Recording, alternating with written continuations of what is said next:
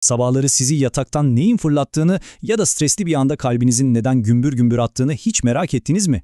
Cevap, vücudumuzun o görünmez ama inanılmaz güçlü yöneticilerinde gizli.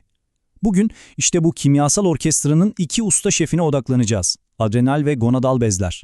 Bu küçücük ama devasa işler başaran organların sağlığımızı, enerjimizi, hatta kim olduğumuzu nasıl şekillendirdiğini birlikte keşfedeceğiz. Mustafa Kemal Atatürk'ün bu müthiş sözü aslında sadece toplumsal başarıları değil, kendi vücudumuzun içindeki o mükemmel işleyişi de ne kadar güzel anlatıyor, değil mi? Hormonal sistemlerimizde hiçbir bez, hiçbir hormon tek başına hareket etmiyor. Sağlık ve denge dediğimiz şey tıpkı büyük işler gibi ancak bu sistemlerin uyumlu, yani müşterek mesaisiyle mümkün olabiliyor. O zaman ilk bölümle başlayalım. Vücudun kimyasal kontrol merkezi. Bir düşünün. Vücudumuzun içinde her an her şeyi yöneten sessiz bir orkestra var. Bu orkestranın enstrümanları da hormon salgılayan bezlerimiz. Şimdi bu orkestranın en kritik iki bölümüne, adrenal ve gonadal bezlere çok daha yakından bakacağız. İşte bu bahsettiğimiz ağ, endokrin sistem diyoruz. Bu sistemin sayısız bileşeni arasında adrenal ve gonadal bezler hem gündelik hayatta kalma mekanizmalarımızda hem de türümüzün devamlılığında oynadıkları o kritik rollerle gerçekten de bir adım öne çıkıyorlar. İkinci bölüm, adrenal bezler, yani stres ve denge. İlk durağımız, böbreklerimizin üzerine birer şapka gibi oturmuş o küçük ama inanılmaz kudretli organlar, adrenal bezler. Stres anında bizi nasıl koruduklarını ve o hassas iç dengemizi nasıl sağladıklarını gelin hep birlikte inceleyelim. Adrenal korteksin en dış katmanıyla, yani zona glomerulosa ile başlıyoruz. Bu bölge, vücudun su ve tuz dengesinin baş sorumlusu. Ürettiği aldosteron hormonu sayesinde kan basıncımızı ayarlıyor, sodyum ve suyu vücutta tutarak o hayati iç dengeyi, yani homeostazı koruyor. Ortadaki en geniş katman ise zona fasciculata. Hani şu meşhur kortizol hormonu var ya, işte onun ana üretim fabrikası tam olarak burası. Ama kortizol sadece bir stres hormonu değil, sakın öyle düşünmeyin. O aynı zamanda vücudun kan şekerini yöneten, metabolizmayı düzenleyen ve bağışıklık tepkisini kontrol eden çok yönlü bir yönetici. Kısacası zorluklar karşısında kaynaklarımızı seferber eden bir genel müdür gibi. En içteki katman olan zona reticularis de çocukluk döneminde çok önemli bir uyanıştan sorumlu. Yaklaşık 6 yaş civarında adrenaj adı verilen bir süreci başlatıyor ve adrenal androjen üretimini tetikliyor. Bu aslında vücudu ergenliğe hazırlayan ilk adımlardan biri. Kortizolün bu günlük ritmi aslında hepimizin enerji seviyelerinin arkasındaki biyolojik saat. Bakın, sabahın erken saatlerinde tavan yaparak bizi güne hazırlıyor. Gün içinde yavaş yavaş azalıyor ve akşam en düşük seviyesine inerek vücuda artık dinlen sinyalini veriyor. İşte bu hassas sirkadiyen ritim bozulduğunda kendimizi yorgun ve bitkin hissetmeye başlıyoruz. Vücudun kan basıncını ve hacmini yönetmek için kullandığı bir acil durum sistemi var.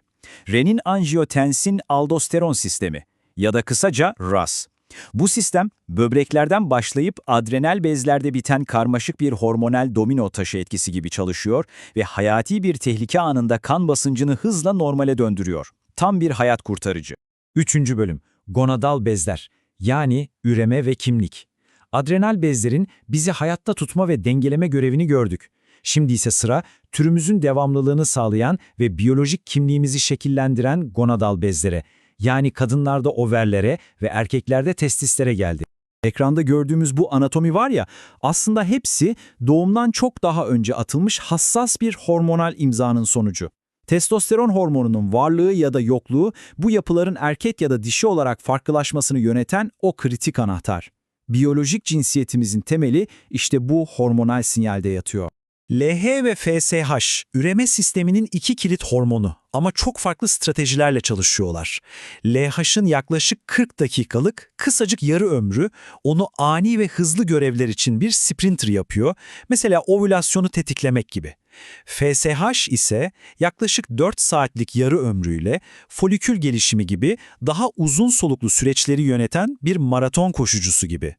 Sadece bu zamanlama farkı bile üreme sisteminin ne kadar hassas bir mühendislik harikası olduğunu gösteriyor. Gelin bu soru üzerinde bir duralım.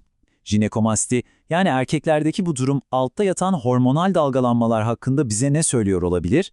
Cevap, hormonların hayat boyu süren o hassas dansında saklı. Cevap işte tam da bu grafikte. Jinekomasti, hayatın 3 büyük hormonal geçiş döneminde zirve yapıyor. Bebeklik, ergenlik ve ileri yaş. Bu dönemlerde östrojen ve androjen hormonları arasındaki denge geçici olarak bozuluyor. Özellikle ergenlikte görülen vakaların %90'ından fazlasının kendi kendine düzelmesi de bunun bir hastalıktan çok vücudun bu doğal dalgalanmalara verdiği bir tepki olduğunu gösteriyor. Buraya kadar adrenal ve gonadal sistemleri ayrı ayrı ele aldık. Ama biliyoruz ki vücutta hiçbir sistem tek başına çalışmaz. Bu iki sistem de aslında birbiriyle derinden bağlantılı. Birindeki bir bozulma, diğeri üzerinde çok ciddi etkilere yol açabiliyor. Bu kesişimin en çarpıcı örneklerinden biri Cushing sendromudur. Bu sendrom, stres hormonu kortizol üretiminin kontrolden çıkıp vücudu adeta bir hormon seliyle boğması durumunda ortaya çıkar. Yüksek kortizol seviyeleri, yani hiperkortizolemi, tam bir domino etkisi yaratıyor.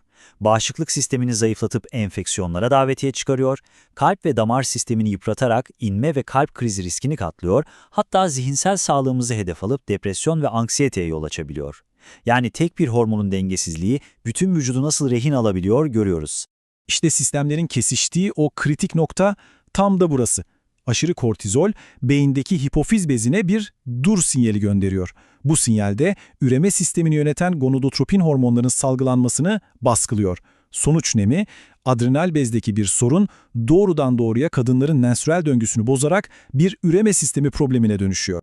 Peki bu dengesizlik ne kadar ciddi? Bu sayı aslında her şeyi anlatıyor. Ağır ve tedavi edilmemiş Cushing sendromu vakalarında ölüm riski genel popülasyona kıyasla neredeyse 18 kat artabiliyor. Bu, hormonal dengenin kelimenin tam anlamıyla bir ölüm kalım meselesi olabileceğinin en net kanıtı. Peki binlerce yılda evrimleşmiş bu kadim hormonal sistemlerimiz modern çevremizle nasıl bir etkileşime giriyor?